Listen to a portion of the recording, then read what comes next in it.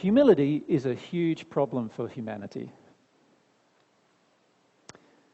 Now, let's define humility the way I would like to define it. Humility is the desire and longing to experience every single emotion that you have within yourself without blaming anyone else for it and without harming anybody else with it, but a complete, pure desire to love yourself and experience every single personal emotion. That's my definition of humility. And the second part of it is to see yourself as God sees you right now, warts and all. Now, that's where I see there is a lot of problems with humanity. Most people on the earth have no desire or very little desire to feel and experience every single emotion inside of them. And most people have no desire to see themselves how God sees them. Right? So humility is a huge issue that most people face. And honestly, God is constantly trying to break down our arrogance and move us into humility. But the majority of us are very resistive to that process because we're very resistive to feeling all of our emotions, but also because we're very resistive to seeing anything that's a flaw within ourselves. So most of us prefer to look in the mirror and cover up ourselves. In fact, you ladies do it every day pretty much when you go to work or whatever. You know, put on the makeup. That's seeing the flaws and covering them over in order to present something different to the world, right? Now, most of us do that emotionally all the time. Men and women do that emotionally all the time. And that's because we lack humility. We do that. All right? So humility is a large issue for the majority of people on the planet. It's a big, big issue. The way in which we use our will is also a very large issue for most people on the planet.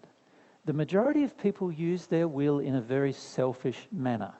In other words, we become very self-absorbed in our life. Our life becomes self-centric, I suppose you could say. And that's understandable given the fact that we have our own feelings and our own belief systems and so forth. But we become so self-centric or self-centered that we can't see when we're treating other people in the manner that is not how we would like them to treat us. Right? We can't even see it. And remember our discussion the other night, we had a few people around the other night, and I was pointing out how even just going out to a restaurant, we're often expecting the waiting staff to treat us in a way that we wouldn't like to be treated, or we treat our waiting staff in a way that we wouldn't like to be treated ourselves. And we often do these things. And so the way in which we use our will is a very important learning lesson we need to understand. And that is, part of the reason why God put us on this planet was for us to learn how to use our will in a loving manner at all times, no matter what the response. That's one of the reasons why we're here, to learn how to use our will in harmony with love, no matter what are the rewards of doing so. Now, it's the no matter what are the rewards of doing so that most people have the problem. We're okay being loving when there's rewards, but when somebody gets angry with us, we're no longer okay with being loving, right? Or when somebody seems to treat us badly, we're no longer okay with being loving then. So how we use our will is going to have a huge effect on whether we're going to grow truly from a soul-based spirituality. Most people are also not willing to address the holes in their faith. You know how you have doubts? Right? Most people are not willing to actually admit their doubts, even. Because doubts cause confusion. And what do most people feel about confusion?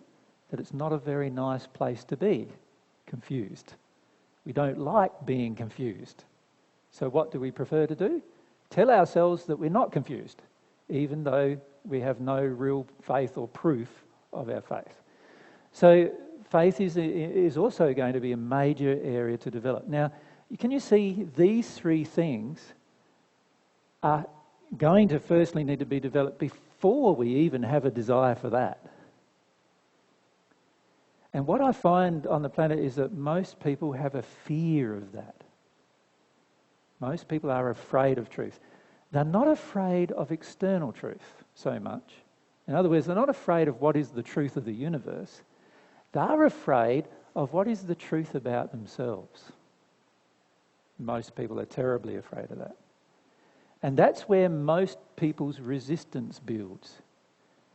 We resist hearing the truth about ourselves.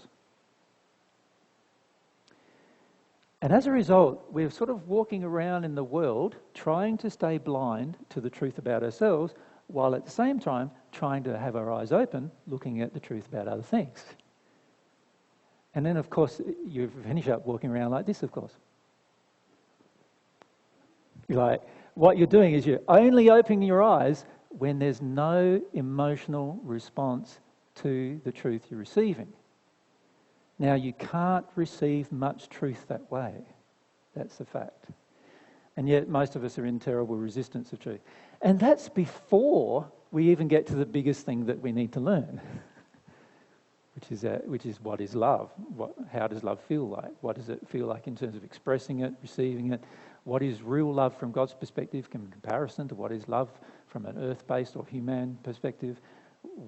What is love, and how do we transmit it? How do we receive it? All of these questions, most of us can't even answer those questions because we've yet to engage these particular things.